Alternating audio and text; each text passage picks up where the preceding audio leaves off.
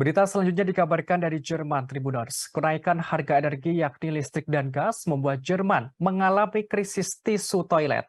Krisis energi Jerman telah memberikan banyak tekanan pada produsen kertas toilet.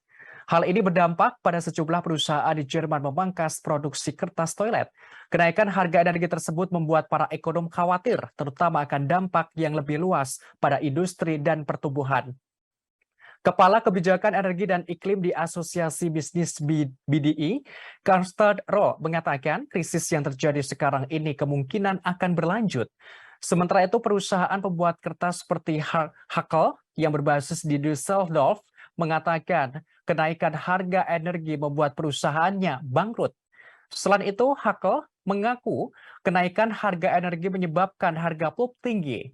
Diketahui jumlah perusahaan sejenis yang bangkrut meningkat sejak Agustus kemarin. Sebagaimana informasi sebelumnya, Jerman mengalami krisis energi akibat pembatasan energi Rusia. Jerman sendiri selama ini bergantung pada energi Rusia. Namun sejak paket sanksi barat ke Rusia, justru Eropa mengalami krisis.